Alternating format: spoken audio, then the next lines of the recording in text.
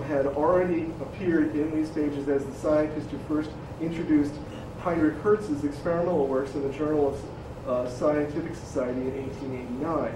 The paper begins as follows. This is the paper by Professor Uda. Suppose that a vertical antenna is sending out electromagnetic waves, I just put the S on there, sorry, in all directions around it. If a straight metallic rod of finite length be vertically erected within the field of its propagation, then the behavior of this metal rod will be as follows. When the length of this rod is equal to or slightly longer than a half wavelength, the current induced in it will be in phase or lagging behind the EMF caused by the electric wave. The rod will act as a wave reflector. If, on the other hand, the length be made somewhat less than half wavelength, the current induced in it will be leading before the EMF, and the rod will act as a wave director. A single wave reflector placed behind a radiating antenna is sufficient to cause directive radiation of radio wave. It is especially efficient when placed a quarter wavelength behind the radiating antenna. Again, a wave director placed in front of and more than a quarter wavelength distant from the radiating antenna is also effective in producing a directive radio wave. When several director rods are placed along a line at intervals equal to or more than a quarter wavelength, the wave energy will be projected chiefly along this line, and the series of these wave directors form what the authors will call wave duct or wave canal. We call them traveling wave antennas because every time you go through a quarter wavelength, it actually adds a little strength. But as my antenna instructor said, radiation is like a big balloon, and if you squeeze the balloon, it has to come out somewhere else. Sometimes it will squeeze out in two directions. If you do it properly, it'll squeeze out in one. The Yagi-Uda antenna tends to go in one direction. It's a highly directional, high gain antenna. You get a lot of gain because you squeezed your balloon and got all the radiation in one direction. But because of that, it all is in one direction. I can't talk to somebody over here if I'm pointed at Richard. It's not good for connecting multiple spots. It can be either, let's see now, that's horizontally polarized. It can be vertically polarized.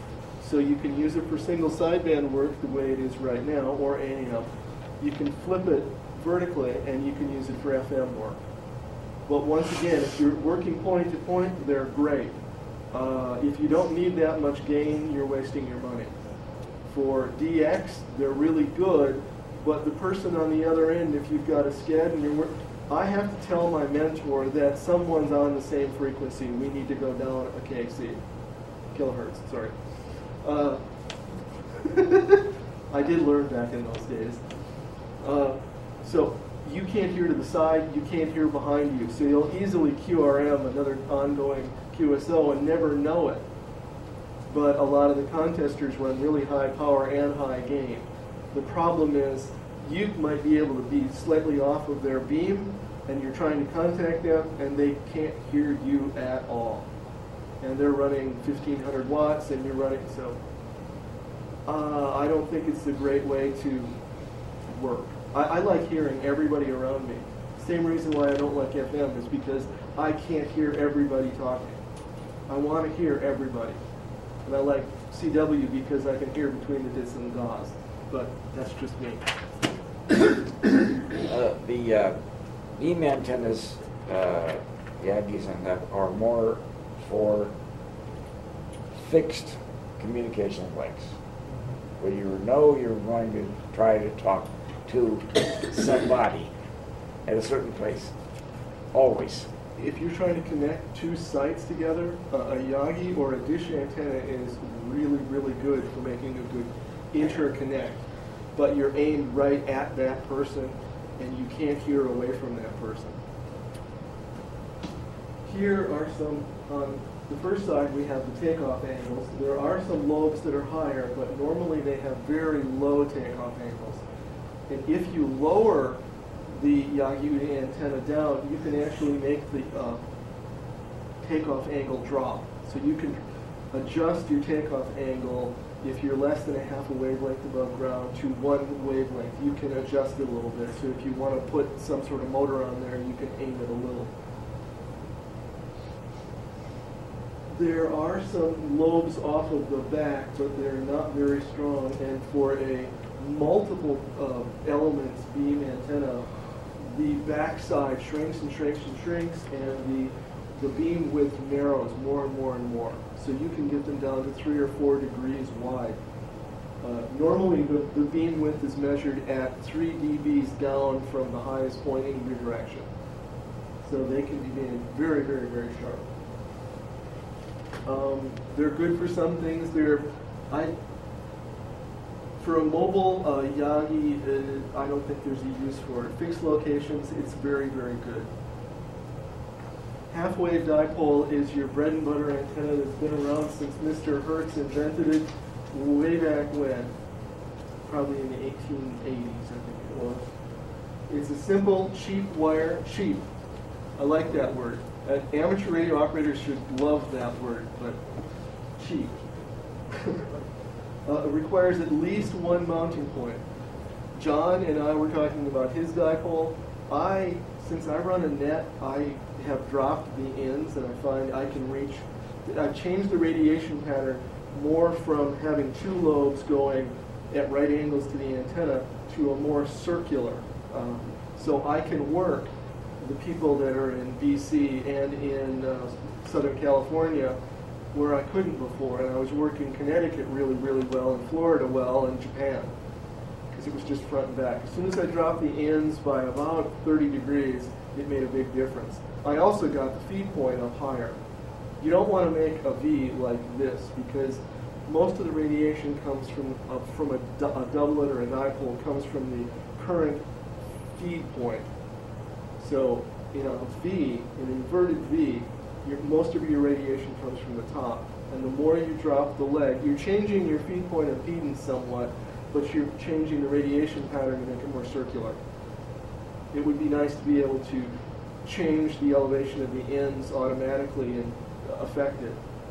What I really like to have is two doublets that are across, so I can switch between them easily. But windstorms does knock a bunch of antennas down. They're mildly directional unless they're in a V. They need to be at least a half a wavelength above the ground, or else you're changing the radiation pattern I'm about to show you into some other strange looking. It's not as bad as you might think, though. When you lower it below a half a wavelength, it doesn't make it look as bad. It actually can improve the way the radiation pattern works. Oh, you're just scratching. Yes. They're great for a temporary antenna because you take your wrist rocket, you get your feed point up in the air, and as long as the 2 endpoints aren't touching the ground or people can't touch them, because you can get nice RF burns off the end, you're safe. Or you don't want to get people to the neck. This is the classic radiation pattern when this is in very high above the ground. So this is in about 1 wavelength above the ground. Nothing's affecting this radiation pattern at all. It's very much, you can go straight up. The takeoff angle is there's not really a takeoff angle to this. It's everywhere. As a sphere? Yeah. It's a toroid. Yeah, it goes in, right down the end of the wire. If I was pointing it at you, I wouldn't be able to hear you because there's a null there. As soon as I turn just a little bit off, I will be able to work you. But it's much, much stronger at right angles. If I drop those ends, all of a sudden it becomes more or less a sphere that you've cut the bottom off. So it's a big half ball.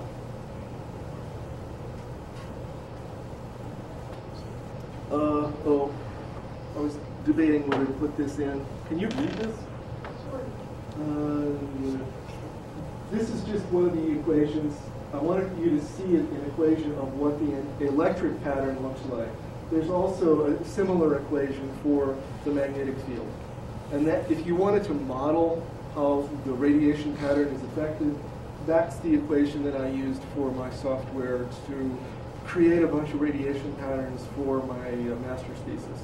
That's just some of that, but you don't need to memorize this. And I was talking about